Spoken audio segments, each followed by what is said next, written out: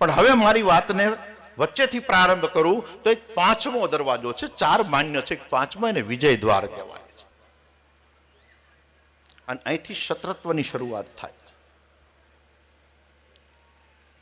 તમે આખા ક્ષત્રિયોનો ઇતિહાસ જોશો તો જ્યારે જ્યારે ધીંગાણું કરીને આવ્યા ને ત્યારે એમણે એક દરવાજાનું નિર્માણ કર્યું છે. જ્યાંથી જીતીને આવ્યા ત્યાંથી એમણે દરવાજાનું નિર્માણ કર્યું છે. દરવાજા તો હતા, દરવાજા તો ઘણા હતા, પણ છતાં એક નવા દરવાજાનું એમણે એટલા માટે નિર્માણ કર્યું જેને વિજય દ્વાર કહેવામાં આવે છે. હવે તમે ધ્યાનથી આને સાંભળજો. 1911 આમાંથી બધા ખૂબ હિસ્ટોરિયન છે, ભણેલા ગણેલા ખૂબ બેઠા છે.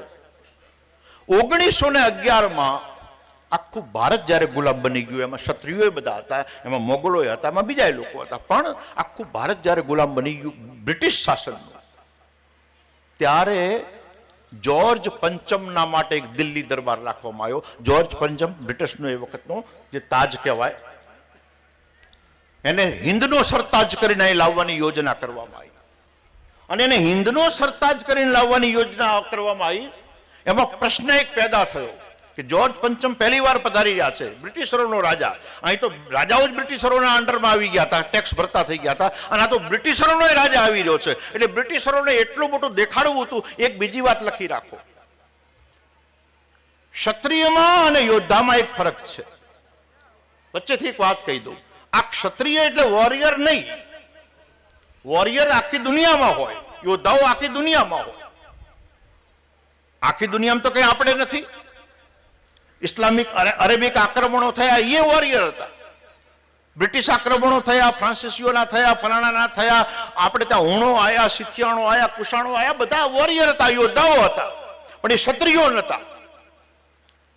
6 સંકલ્પ સાથે લડે ને ક્ષત્રિય કહેવાય. 6 સંકલ્પ સાથે. ક્ષત્રિયની આ પરિભાષા છે.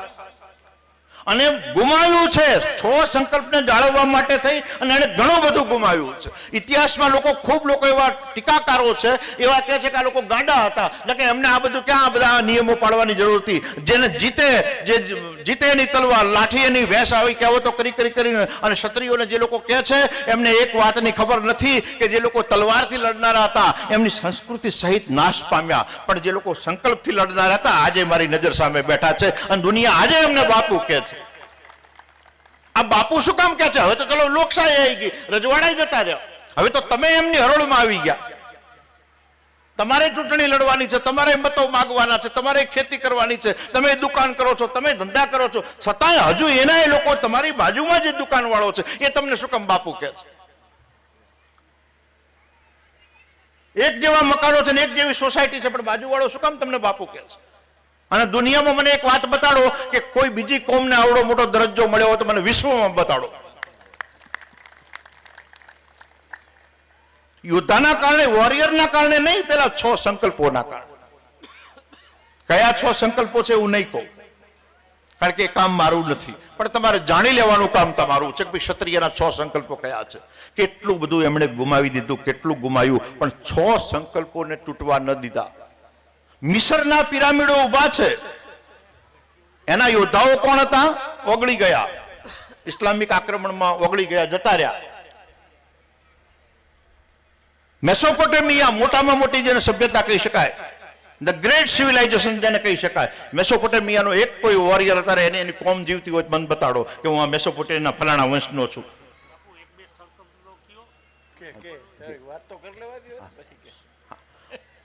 સંકલ્પનું પૂછે છે, એક પણ નહીં કહું. તો મેસોપોટેમિયા કલ્ચર જે છે એનો કોઈ યોદ્ધો બચ્યો હોય મને બતાડો, એનો વોરિયર કોઈ અત્યારે એની સ્થિતિમાં હોય બતાડો કે એની વંશાવળી હોય અને કોઈનો એની પાસે ચોપડો હોય, એક યોદ્ધો મને મેસોપોટેમિયાનો બતાડો. ઇન્કા સભ્યતા જતી રહી, એનો કોઈ વોરિયર બચ્યો હોય અને એનો વંશ બચ્યો હોય મને બતાડો. મેક્સિકોના રણમાં એન્ટિક સભ્યતા જતી રહી, એનો કોઈ વોરિયર, એનો યોદ્ધો બચ્યો હોય, એનો કોઈ વંશાવળી બચે, વંશ બચ્યો હોય મને બતાડો. દુનિયામાંથી બધી જે ગ્રેટમાં ગ્રેટ સભ્યતાઓ હતી, અહંકારી સભ્યતાઓ હતી, જતી રહી, પણ એનો યોદ્ધો નથી બચ્યો. માત્ર ભારતનો યોદ્ધો આજે મારી સામે બેઠો છે, એના બારોટો સામે બેઠા છે, એની વંશાવળીઓ છે, એના એક એક જેને કહી શકાય કે જે સમય પિરિયડ છે, કાલખંડો છે, એ કાલખંડનું એક એક પ્રકરણ જીવતું બોલે છે.